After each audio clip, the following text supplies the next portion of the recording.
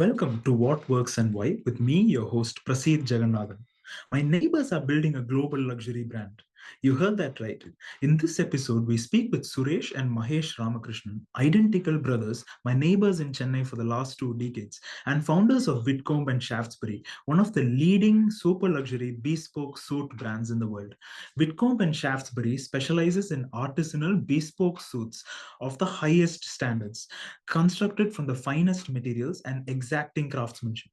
Suresh and Mahesh's journey from cushy corporate jobs in New York City to building Whitcomb and Shaftesbury into a leading brand on Saville Row over the last 20 years is fascinating and personally inspiring. The brothers are sharp, suave, thoughtful, and have a keen insight on the global luxury business. I hope you find the conversation enriching. As usual, the guests or I, my own securities discussed in the podcast. All opinions expressed in the podcast are for informational and entertainment purposes only and must not be construed as investment advice. Enjoy. Suresh, Mahesh, welcome to the podcast. Pleasure speaking with you. Could you talk about the early days of Whitcomb and Shaftesbury? What was the market gap that you noticed? What were your early influences? Mahesh, do you want to take this or do you want me to?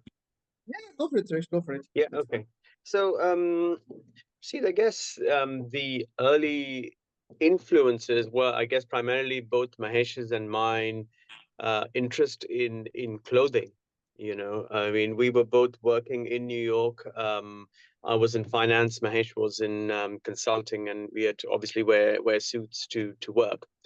And that formed a significant part of our spending budget, if you would imagine. And so the idea, we were always going around looking for clothes to wear. And what we found was we tried everything. We went to the typical departmental stores in New York and elsewhere, and then we started getting our clothes tailor-made. We tried a lot of different tailors all over the world, from New York. We tried a few. We tried a few in India. We tried. We didn't get anything from some of the Hong Kong tailors, but we did have conversations with some of them. And then we started getting them made in London, and we found that when we were getting our suits made in London, there was a lot of response from friends and colleagues saying, "Oh, you look good. Your clothes are very nice." So, what became something we were wearing caused people to notice what we were wearing, and then we started introducing our tailor to our friends. And during that, we found that there was a gap in the market, because often you find people who are very good at what they do, be it fitting or measuring or making clothes, but to actually give people advice on what is appropriate, what looks good, was not there at that time. Remember, these are very early days. There was little to no internet. There was no access to information through blogs or books or anything like that. So that sort of advice didn't exist in the market. So we found that there was a gap that the two of us were able to fulfill. So that was probably the genesis of the company. Right. I mean, could you think of any early influences that you had, other brands that you looked up to, other companies that you looked up to? You do speak favorably of Tom Ford, an anecdote that you've been mentioning in other interviews. I mean, I think that was much later. Tom Ford obviously came in much later. I think in our early things, it was very much the sort of the bigger brands that we had encountered in America, whether it was Ralph Lauren, which we thought had a very, very nice, very cohesive and distinctive style, which is a slightly romanticized version of Britannia, or sort of like a Woodhouseian England. So their style was certainly very, very this thing. In terms of the quality, we found like a lot of the top Italian brands like Brioni and Keaton were very impressive in sort of their ability to produce a very high quality garment at a very large volume. So yeah, those are probably the early influences, I'd say, in terms of what they did and how they went about. Producing high quality garments in volume. That's the thing. Obviously, What we Right. encountered in Saville Row in England was very different because it was very personal, very bespoke, but much smaller in scale. Whereas the big brands were obviously much larger. And initially, when we started off our business, our goal was to be a very large brand. We kind of shifted course later on, but initially we were always thinking, well, maybe we should scale this into a very large scale brand. Yeah, and see, I'm just going to interject there and add that, see, when you're looking at the business that we're in, which is bespoke tailoring, there are two key components, So when you go to the market and you look at companies that are out there, you look at brands that are out there, they are largely mass market brands, right? And yes, you've got different tiers, you've got high, high brands, you've got mid brands, low brands, but they're all mass market. They are made for, even if you take LVMH, you can get an LVMH product anywhere in the world, like probably 5,000 shops of their own and 20,000 distributors. So even one product is being made in tens of thousands. So it's a huge volume. Right. So there are two different components. When you're looking at mass brands, what you're looking at is quality of manufacture. That's pretty much and design. Those are the only two yardsticks that you can look at, So you get a nice branded product in the marketplace. You can say it's made of very high quality using high quality materials, and there's a nice design component to it. Now, when you're looking at bespoke, so you're looking at niche brands or you're looking at artisanal companies, what you're focusing on is customizing it for you, and it's made exclusively for you. So everyone is different, their bodies are different, their needs are different. So when you're talking about artisanal brands, and especially within that niche bespoke, you're looking at very few companies who can actually do that, because inherently as a business, you cannot customize products for everyone in the market. Correct. So last year I heard Sono Shivdasani at a literature festival in India where he described luxury in the context of a luxury resort as, that experience which is exotic and something that people wouldn't come across in the natural course of their lives. How would you define luxury? Yeah, definitely. I would say luxury is exclusivity, and luxury is something that's meaningful to you, providing you with excellence in areas that are meaningful to you. That is true luxury. That is something which not anyone can go and get because your needs are unique. And if someone is able to do that for you, provide you with the highest quality of whatever it might be in an area that's meaningful to you, that is true luxury. That makes it exclusive. And something which can be purchased anyway may be expensive, and it may have a great validation for you or for what you're trying to do, but it's not really luxury. It's moved into that luxury segment, but it's too accessible to be called true luxury.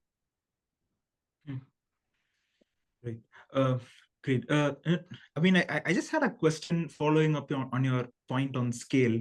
I was reminded of Bernard Arnault interview to the Harvard Business Review, about 20 years back, where he describes the star luxury brand as being both timeless and intensely modern at the same time, all while having high growth and profitability. So would it be fair to think of managing a luxury brand as a balancing act between timelessness, constant reinvention, and scale? I think it's an interesting thing. Obviously, with everything there is obviously this thing of balancing a number of different priorities and a number of different things. But I think the timelessness is almost a byproduct. I think true luxury brands have something which goes beyond time, and that's because they find a unique formula, and then they're just staying within that sort of thing. It's like a nice white shirt, that's timeless.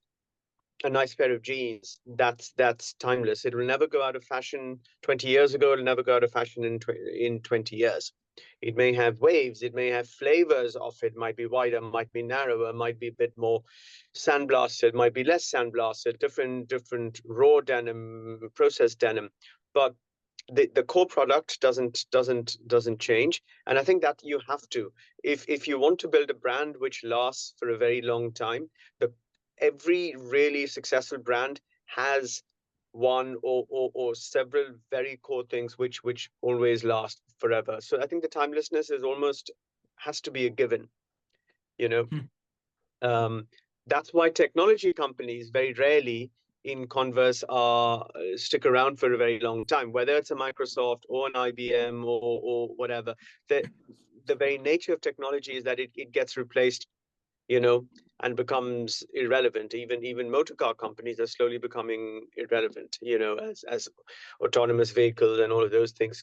So whereas with luxury, and particularly with I guess with clothing and fashion and that sort of broader realm, you have to have that timelessness almost as a given, and then you've got to find a way of democratizing it more in a very loose way, which is really, I would probably say, popularizing it, marketing it to make it appeal to a large audience, making a larger audience becoming aware of it. Like in the past, for example, if you want to buy Chanel, you had to go to Coco Chanel's shop in Paris to get it. You couldn't get it anywhere else. Now you can buy it in Mumbai, Shanghai, Dubai, anywhere in the world. And that is sort of the mass marketing of luxury, if you will. They make it widely known, widely desirable, and widely available anywhere in the world. But with the core product, the bags or the dresses, you know, always stay. And there's always that sort of iconic product that these companies have. And last point, which is scale. I think scale is largely very much a business driver. So you have luxury products which are mass luxury products which are quite, the businesses are built to scale.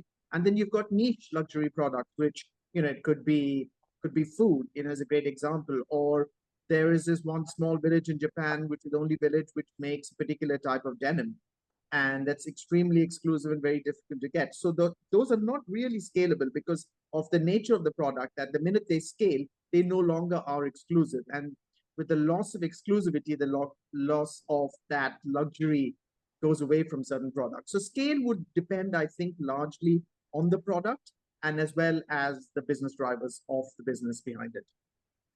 Hmm. How do you think about the need to reinvent, especially when you're looking to hold on to this aspect of timelessness? So how do you think about, reinventing and staying on top of the curve while still remaining timeless? Essential, absolutely. I think you have to reinvent because life is changing, and your product, if it becomes obsolete if people don't have a use for it. However beautiful something is, however amazing something is if people are not using it, it slowly will fade into oblivion. So you have to reinvent and you have to adapt your product. It could be the making of your product, it could be the design of your product, it could be the application of your product, whatever that is, to the current environment, and whatever your audience is telling you. And sometimes you're able to actually, it might be obsolete in one region, but you might be able to take that product and move it to another region, which has found a fascination for that, simply because of the time cycles that each region is on has a slight variance, and you might be able to do that. But that's one way of making it relevant. But if you are not reinventing your product and making it relevant to your audience, it is going to die a natural death, no matter how amazing it is. Right. Could you talk about how you've gone about building timelessness into your brand? And, what does it generally take to build a brand that reminds you of eternity, but still remains modern? Yeah. Yeah, Mesh, you want to talk through this, and I can add I'll chime in. Yeah. So that's a great question. So one of the key components is, since we are into bespoke clothing, right, and primarily suits and coats and trousers and things like that, an essential component of it being timeless is in how it's being used. So, and the modern environment. So a perfect example, a simple example would be, today you have artificial heating and cooling everywhere. So the kinds of materials you use in your product would change, right? So you'd use lighter weight materials, you'd use materials which are more breathable. You'd use materials, and people travel a lot between humid climates, let's say somewhere in Asia, Singapore, and then they're in Europe the next week. So you have to use materials which adapt to these varying climate changes. So adaptability of your materials is a key component. The other thing is the adaptability of your construction techniques. So construction techniques, if you go back in our industry, 200 years ago, all pre-war times, where value for money, longevity, things lasting for a lifetime, being able to pass it on through generations was essential. So things were built in a very robust way. Today, that robustness is not necessarily something which is of great value. I mean, it's amazing to have something which lasts you 200 years, but the materials you might use or the techniques you might use would have to adapt to what is more relevant to an audience today, which might be lighter weight clothing, or clothing which is a little bit more flexible and something which is more comfortable to wear. Because people don't need that, let's say, in a cold climate, they don't necessarily need something to protect you from the elements. They need something, because they're sitting in a heated room. So they want light clothing, they want comfortable clothing, and they're traveling, from holiday to work at different times. So construction techniques would also change and adapt to what the relevant requirements are. And I'll add a couple of points on that. One is in specifically in our world, it's about being aware of trends happening in the marketplace that we deal in. So, for example, people are dressing down a lot more professionally, but they're dressing up socially. So the language around how they dress can change. So they may not wear a suit all the time with a shirt and a tie. They might wear it with a polo neck or a crew neck or those sort of things. So it's about targeting our language and our marketing or our imagery with new ways to do that. Being aware so that when someone comes to the shop or talks to us, we are able to say, look, okay, this is a great suit, but you can wear it with this sort of polo neck or this sort of a jumper, rather than a shirt and a tie. So it's that sort of awareness. The third thing, I'll go back to Mahesh's earlier point about being niche and being very true luxury. With everything, you'll find there is a large group of people who move with the trends and sort of want to be part of the trend. Equally, there is an increasing number of people who don't want to be part of the trend. It's almost a deliberately conscious decision saying, look, I don't want to be everyone else. I want to be distinctive. So for them, suddenly something that is quite traditional, quite sort of non-trendy becomes very, very appealing. So there is an element of what we offer and what we do, which appeals to those people who don't want to be part of the sort of the general crowd. They come to us because we are distinctive. We're sort of that sort of timeless product. So it's about ultimately, I guess, proceed about being aware of where things are evolving, where they're migrating to, and what your position is in that. I think you as a brand, anyone as a brand, needs to be very clear where they fit into this larger universe, and that could either precipitate accelerated development and progress and design, marketing, product, or be very steadfast and very clear. Like, I'll give you another simple example. The winemakers in France just do not change their technique because they're like, look, this is how we've been making wine for so many years, and people come to us because it's a certain style of wine, a certain classical element. Yes, there may be new things they bring into it, like becoming a bit more biodynamic, reducing the amount of sulfides and those sort of things, but not very much more. And it's the same thing with us. We are like, look, people come to us because they appreciate that when they buy a suit, they are connecting with something which has been around for 200 years, 300 years. There is a tradition, there is a technique, there is a process, and the way the suit has been put together has been exactly the same for the last 300 years. It's like eating something delicious at a local restaurant in anywhere in the south of India or anywhere, where these guys been doing it exactly the same way for 5 generations. There is something unique, something very deep that taps into the subconscious. So it's ultimately being aware of where you fit into this sort of world, where the trends are going, and how can you position yourself best to succeed in this environment. Just an abstract question. So what do you think explains the psychological value of an exquisitely tailored luxury suit? I think I think sort of touching on what I was saying before, I think it is this deep connection. You are connecting with a history, you're connecting with an ethos, you're connecting with an environment, like in our case, because we are on Saville Row, which is the heart of tailoring. When you buy something from us, you are joining that small group of people who have experienced luxury at its highest point. While you may like other products, you may like someone else's suit more, you you're not going to get anything better than what you get. So there's a very deep subconscious connection with eating something which is considered the best in the world, or consuming a product. So you're really appealing to the subconscious rather than through a physical product. It's what it represents, and that is far more powerful than physically. Like if you came and saw one of our suits, I can explain to you why there's so many stitches in the lapel and so many in the collar, and how this seam is sewn by hand, so you get a bit more movement. But those are technical details. It's a bit like how a car is put together. You have a gear here at this angle or that angle. It's for 99% of the people, it's irrelevant.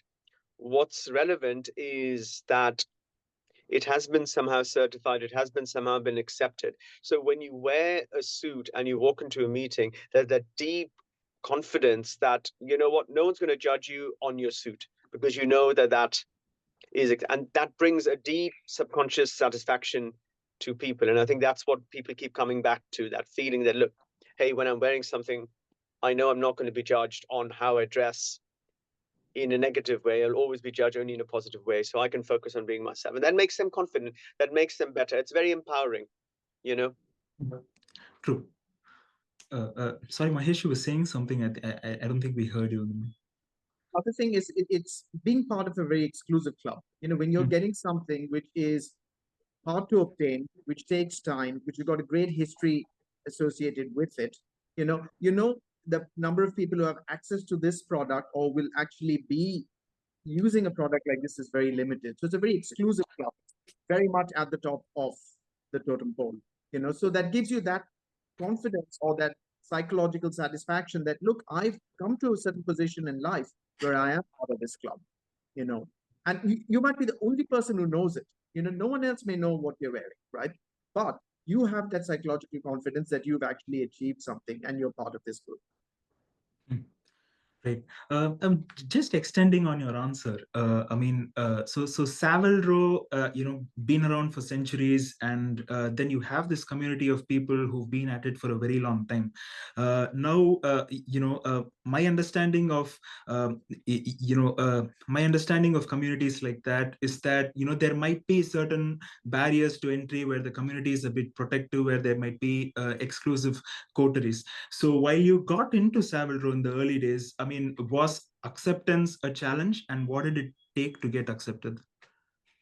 I think anything there is a challenge, right? I think that's just the reality of it. I think what you have to do is you've got to find a way in which you are accepted. I think it's natural for anyone to be nervous about someone else coming into their organization, into their lives, or anything. It's always like, what's your hidden agenda?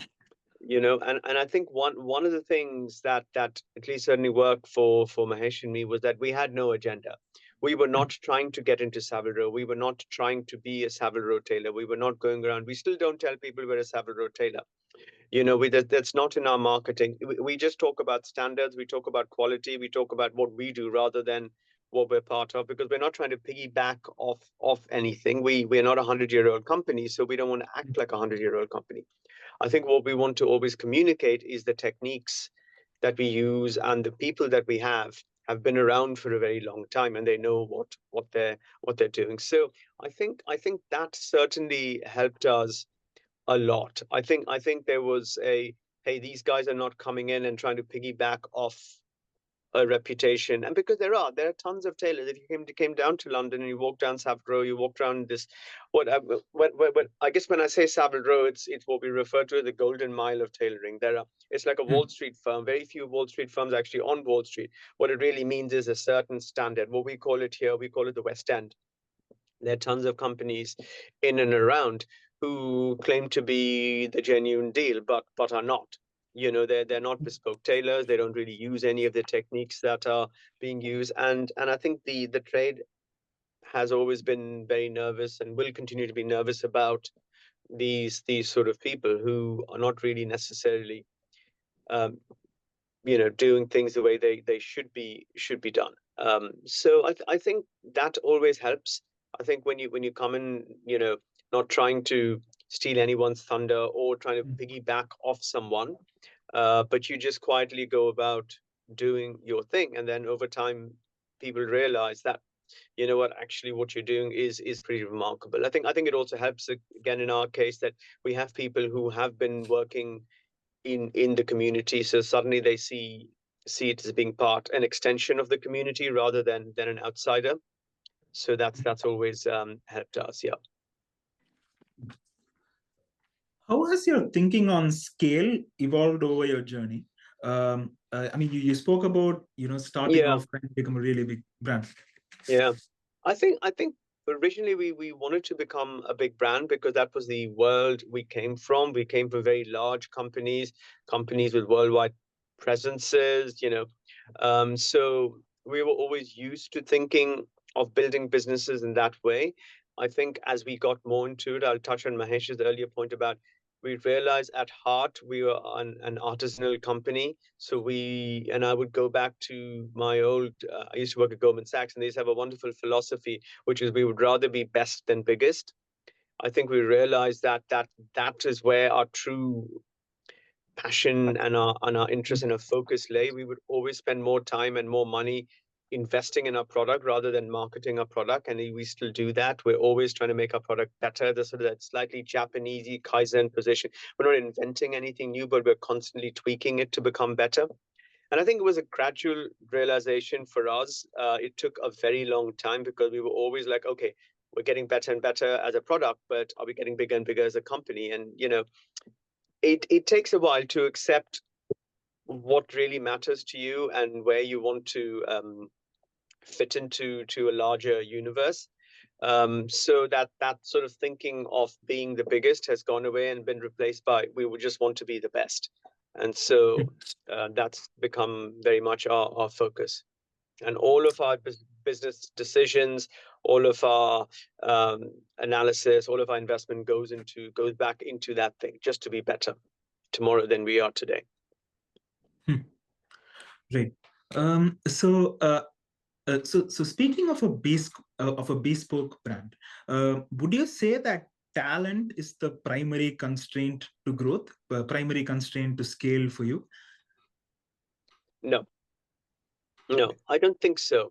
I don't think talent is a constraint, because I think there are lots of people who want to get into the trade, who will like to. We see that in the UK. We see that in India. I don't think that is the biggest constraint. I think it is a very big constraint and an expensive constraint if you want to do it the way we do, which is all done by hand to a standard. If you want to just scale and sort of do, there's lots of companies that scale very well and are doing incredibly well, where there's a lot of mechanization, but there's also some handwork. They sort of marry the two together to expand. I think the real value in something artisanal is to get people, keep them there for a long time, because it takes a long time. It takes 4 or 5 years before they can start, you know, adding value to the company. So it's very much a long-term investment in it, not so much availability, but the willingness of management to stick and back the talent. And the other thing, Prasid, is because I mean, you see, bespoke is quite a large word. Bespoke just means it's, you know, in the modern sense, it's made for you. But in Saville Row, when we talk about a proper Saville Row suit, it's a very exacting set of standards, very much like the Geneva seal in watches. So there are very exacting standards in every single component of manufacture, from materials and how you use them, the techniques you use, the pressing, everything. So what happens is every time you make one suit, you have to go through the same thing again for the next garment and the next garment. And maintaining that consistency over a period of time is also very essential. So yes, you can get people, you can train them how to do something, but you also have to have the commitment and the desire to do that again and again and again and again over a very long period of time, as long as your firm exists. Because remember, it's not automated. It has to be done by hand, you know. So bespoke clothing, I mean, you can do a bespoke company, you can scale it infinitely, you can make it huge, you can mechanize a lot of things, it becomes cheaper, faster, and machines have no variability. They just do exactly what you tell them to do. Whereas the human element is very different. So when you're talking about Saville Row, then scalability is definitely something which comes down to a personal commitment in terms of how much you want to do it, how much you're willing to do it, and um, can you actually maintain that over a period of time? Could you talk about your training program in Chennai, how it originated and the journey to building that out? Yeah. Um, so it started, you know, we got involved with a program to rehabilitate tsunami victims. It was called, the program started by the French Blue Cross called the Children of the World. And there are a number of local companies who were involved with that. And one of our friends, Jean-Francois Lesage, who was one of the main trustees of that program, invited us and said, why don't you guys be part of it? So we got involved and we got involved with that, with that program. So from there, we started our training. And we always took the approach to train people and build it out like a school curriculum, you know. So you teach everyone everything from scratch, and you teach them well, and you teach them in modules. So we basically follow that approach of a school curriculum, you know, where we would explain things to people, have a clear curriculum uh, that they would progress through. That would be staged and in phases. And as you went through each stage, you progress to the next one and the next one. Then you'd finish phase one, then you'd go to phase two, then you'd go to phase three. So by the end of that, you were very proficient in all the methods and techniques required to make a Saville Row quality garment. You know, so that's the approach we took. So there were textbooks, there were quality standards, there were checklists. So it was very clear. And then there was obviously demonstrations and training how to do each thing. And it was spread out over 18 months to do that. Right. Now, technical training and skilling are topics that I'm really passionate about personally. So have you identified a playbook to building an effective technical training program? I mean, in addition to, you know, the phase structure, the modular structure of the program, are there, you know, guidelines that you've identified through your learning over the years?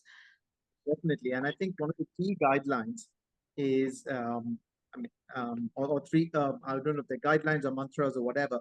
The first thing is never assume people know anything, because everyone says they know everything or they know what this is. You know, you have to show them and very clearly what you mean by it.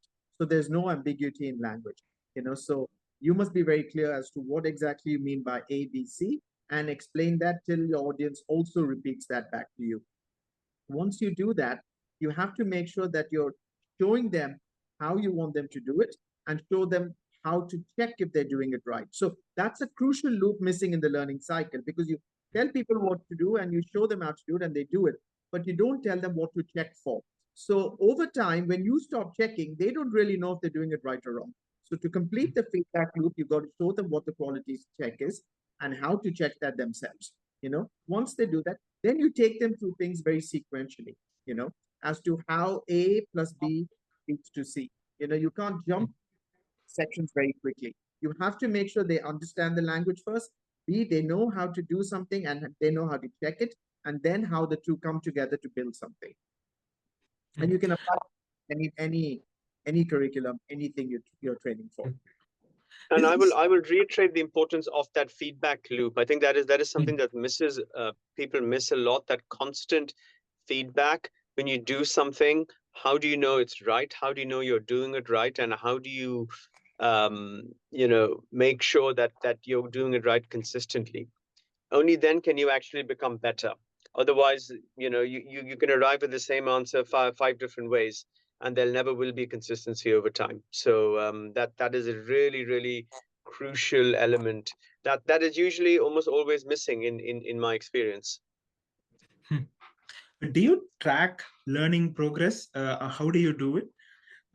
Learning outcomes. Sorry, did you track learning outcomes, and how do you do it? Give me an example. What do you mean by learning outcomes? I mean, it could be something like efficiency improvements over time, or quality improvements over time? Is that something that you track through the training program? Yes, absolutely, absolutely. So one of the key things is to give clear criteria. What are you looking for? Are you evaluating the work on from a qualitative standpoint or a quantitative standpoint? And those yardsticks have to be very clear to people, because you can't tell them, for example, in tailoring, that I want you to stitch this, and then say, okay, how come you've been doing this for an hour? Why have you only done five? You know, or so you got to tell them, are you focusing on the quality? I want five perfect ones. Or are you saying I want to have as many as you can do in the art? You've got to lay those out very clearly. And I always feel qualitative first, then quantitative, because if you do it right, then you can pick up the speed. But if you learn to do it very fast, I mean, it doesn't work the same in all aspects, but definitely in tailoring or in anything where you're training people, we teach them how to do it right, teach them what to check, and then you work on speed. But you work on speed as a different program. Don't combine the two. Okay. Stage by stage, definitely they'll get that. And you have to be very clear. And you have to then also, if you've got a reward system, if you've got an evaluation program, whatever, it has to be based on that. So you tell them, this is a qualitative day.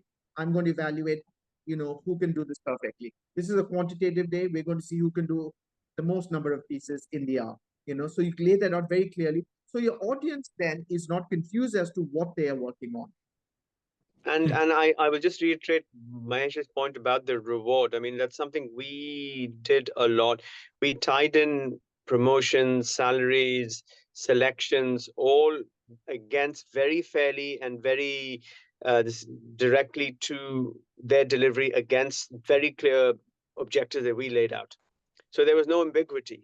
So people saw that we were firm but fair. So if we said we want you to do at the end of 2 months X in Y quantity, that's what we're going to evaluate you on. When we placed a final offer, we get a time for salary raise or promotions or whatever, it was based on this. We told you to do X in Y quantity, you did X in Y minus 5 or whatever. So therefore, you need another 3 months of training. So that I think helps a lot, because I think it focuses everyone in the same direction. Often, we've seen that doesn't really exist. People just sort of train people and then assume that people sort of understand the larger objectives. And I think it comes down again to, what are your objectives? What are your long-term objectives as a company? What are you trying to achieve by training all of these people? And we were very clear. We wanted all of these people to become coat makers in X number of years. So there was a clear path based on the syllabus that we had set out. So they had to meet each of these different deadlines. So how do you get them to do it? How do you incentivize them to do it? How do you check if it's good enough? And then make sure, because you can't move someone to stage Y if they're not able to do stage H. Well, it'll fall down. The infrastructure, the foundation has to be really solid. Right. Um, do you see retail and ready to wear as part of the natural progression for bespoke luxury brands? I mean, I've read about this in jewelry. I mean, and it's happened. Most of the bespoke jewelry brands have moved on to retail and ready to wear over time. Yeah, no, I know what you're saying. I wouldn't say it is certainly a natural progression for a lot of people, because I think it goes down to scaling. At some point, particularly for a luxury product, particularly for an artisanal product, there's only so much you can actually do or produce. So if you want to expand beyond that, then you have to go into a different sales distribution mechanism, which is retail, it's the made to order, those sort of things. So there are different flavors of the same thing. That's because there's only so much you can do, and only so much you can get out without expanding your footprint. So it's not for us, because again, like I said, for us it's a boutique business, because we are very clear about what we want to achieve. Because with expansion comes some compromise. There is compromise in quality. There's compromise in what happens. But that may or may not be a bad thing. It just depends on the objectives of the business. If you want to scale, you have to expand into retail. You have to expand into online mechanisms. Retail as in physical or online. You may have to expand into ready to wear, made to order, different mechanisms for distributing your product. So that is probably true. Uh, Sorry, Mahesh, you were saying something. I think the audio got cut off. One of the things is when you're expanding into retail and ready to wear, right? To me, that is a path to monetization of the business, right? Your, the primary benefit you'd get from retail and ready to wear is larger scale, right? So larger scale, larger distribution, which is primarily driven by profit and growth. So that is a decision companies will take if that becomes a driver for them.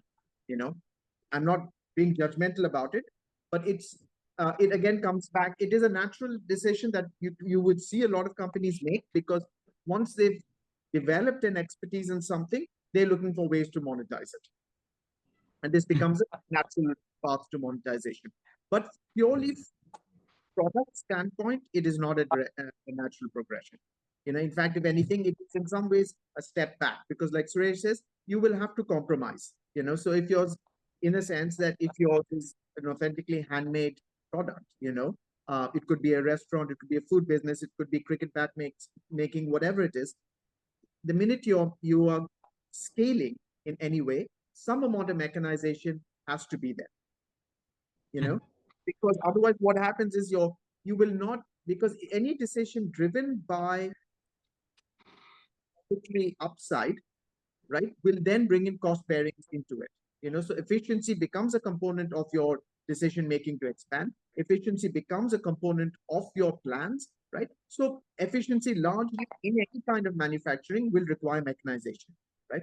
So in some companies, in some businesses, some lines, that might actually compromise the product. In some, they might not at all. Right. So speaking of that, how do you see the path forward for Whitcomb and Shaftesbury? What are you thinking of going forward? Well, I think you've summarized that for us already.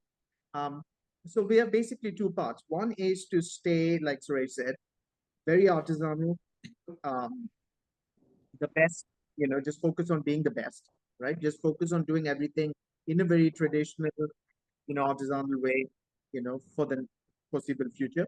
The other part is one that you've suggested, which is either some form of retail or ready to wear. Could be under our own label. It could be a partnership with someone else, that we do, so that becomes another direction. Just a personal choice, and it might vary from time to time, but it would have to be one of these two paths. How do you think of geographical expansion? Is Asia something that you're looking at? I mean, I think it's about 60% of global luxury today. So is that something that you're looking at? Definitely. No, we're always we're always open to every location, and we have customers from all over the world who come and visit us, whether they're from China or Norway or Australia or Japan, but we don't go as such to them. That is something we are looking at, but in to be completely honest, to completely engage, we would have to expand into a retail footprint, right? How do you serve?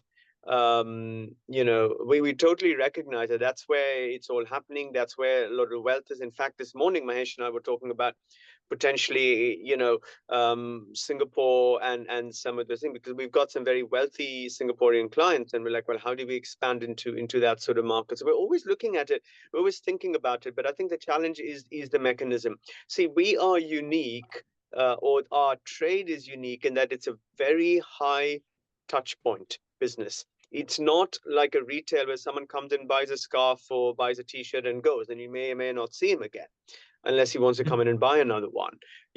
People come in, they have to come back, they have to get fitted, they have to get another fitting. There's typically 2 to 3 fittings per customer. Then they may have gained weight, they may have lost weight, so that garment has to be adjusted. So you need a physical presence consistently, either by virtue of us constantly visiting those places, or you know, opening a shop to do that. Just excuse me for 1 second. I'll just let you finish that thought. Sure. So when you're in this level of trade where you're really at the pinnacle of luxury, which is highly exclusive, difficult to attain, what people are paying for is your expertise and that access to you. You know, so any expansion into Asia or any place like that would have to be a carefully thought out expansion. I mean, we do that in America. I mean, what we do now is about 4 to 5 visits every year, and we go to a number of cities. Um, and we've been doing that for over 15, 20 years, where we keep going back and seeing people. So they know that every 4 months, every 3 months, we're going to be back in New York. Every 3 months, we're going to be back in DC or LA or wherever the visits, in the cities that we do visit. So people have access to us, not on a day-to-day basis, but on a consistent basis. And so if we do expand into Asia, that would definitely be some kind of, that would be the kind of model that we would have to look at. But certainly very attractive market for us to go to.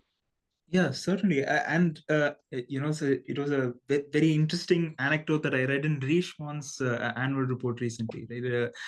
So the CEO cited a ban on, a limit on gifting requirements in China as the reason for poor results last quarter.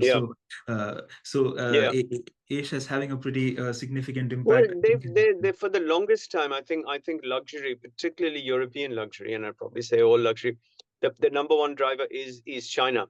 You know, when you say Asia, it is really China and then Japan. You know, but we are seeing very strong demand for, kind of services we offer and other things in other Asian markets now: Indonesia, Philippines, Hong Kong, Singapore.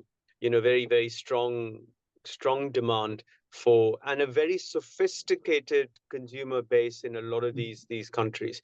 Very sophisticated. They really know what they want. They know the difference between a lot of these things. It's no longer a nouveau riche sort of market. They're not just brand chasers. They're very, very advanced purchasers. The way that the Japanese have been for very long. The Japanese are probably the most sophisticated of all buyers, and then the rest of Asia is catching up. I think that gap will only decrease as information is available widely online and through other sources, so people know what they're getting and what the differences are, and people are naturally curious, so they can find out now. So yeah. What do you see as the great leadership challenge in global luxury today? Leadership challenge? Wow, that's a tough question. I don't know. I mean, I mean, Prasid, I would say that the one thing that does jump out at me is when if you become a big company and you've got investors coming in and all that, they're looking at, the minute you have investors, they're only looking at growth. So growth means more business, more markets, more products. And that's not necessarily something which is synonymous with luxury, I mean, in food, yes, you start expanding a number of restaurants you have, you start expanding your offering, you can do that. But in luxury, one of the key components of luxury is exclusivity and the quality with which it's done. And both are not infinitely scalable. So that is one challenge. As companies start getting bigger and they start looking to expand, then they're constantly flogging the same horse, which is expanding their product range or increasing their retail footprint. And there's only a limit to that. And if every company starts manufacturing everything, and you see companies, which used to be very good luggage makers. Now they're doing fashion, they're doing clothing, they're doing accessories, they're doing all kinds of things. They're branding champagne. So you can't have every company doing everything. Then the exclusivity of it, just dies away. So that is definitely a challenge for people who are running companies to be able to maintain a sanctity or some kind of exclusivity around their product. Right. Um, the final question that I really had was around your personal sense of style. I really admire, the photos that you put out on Whitcomb and Shaftesbury's website. You model for yourself. So could you talk about your personal sense of style? Yeah, Um, Suresh, you want to go first? yeah, I mean, I would probably say I'm very a pretty classic dresser. I think my sense of style is very classic. I never copy anything, but I look around a lot. I would say that there are two elements. One is balance. For me, balance is very important. And what I mean by balance is ideally nothing should stand out either in the clothes or in the proportion of the clothes. So the top should work with the bottom, the bottom should work with the middle. Um, Ideally colors tend to in winter professionally I tend to do things which harmonize a lot more, so I wouldn't call it tonal necessarily, but the colors will harmonize a lot more. Socially I will add a little bit more element of color, something that may pop out. There may be a small element, could be a pocket square, could be a shirt which is a little bit more colorful, that will stand out. But generally professionally I tend to be fairly classic. And I believe in balance. I feel that everything has to go together. Never very fussy. I would say, particularly personally, it's never very fussy. It's never overly studied. Ideally, you don't want to look like you're trying too hard, but there is also a consistency. I think if you think about people who are well dressed, there is a consistency to them. I think that's really important. And consistency doesn't mean you wear the same thing every day, like a Steve Jobs or a Giorgio Armani. You don't have to do that, but there has to be some element of consistency. You can't wear a skin tight shirt today, which is pink and yellow trousers, and then tomorrow wear a white shirt and jeans, and day after wear something else. I'm not saying you wouldn't look good, but there isn't you know I think when people think of me, the people who know me, they can form a very clear visual identity in their head about what I look like or represent. So I think that element of consistency is something I use a lot in my style thing. Yeah, so that's Right. probably my sense of style. Yeah. And for me, I mean, I would say, kind of similar, Prasad. I think I have two, three mantras. One is, um, I like to always be what you'd say would be remarkably unremarkable. So always well dressed without anything really standing out. I also dress for the weather and the locations I'm in. So warmer climates, like Chennai or something, I might have slightly more, you know, a bit more color here. In a cooler climate, it might be a bit more sober. And the third thing is also dressing your age. You know, Mm. and I'm 51. I'm not trying to dress like I'm 20. It kind of looks a bit ridiculous, even though I do love that. And mentally you're always 20, but still, you have to understand that at a certain age, certain styles and certain cuts and certain combinations will flatter you more. So that is a very essential component that I think sometimes people fail to realize the transition for. Right. Thank you so much. That's all the At all. questions that It's I a had. pleasure. Yeah, thank you so much for your time. And I've been following your journey, I think, for the last 5-6 years consciously. I've known Thank about you. it for Thank you. yeah, I've known about it for longer. I mean, yeah, your journey to building Whitcomb Shaftesbury has been fascinating and personally inspiring. So thank you so much for your time. Not at all. Absolute pleasure. Thank you.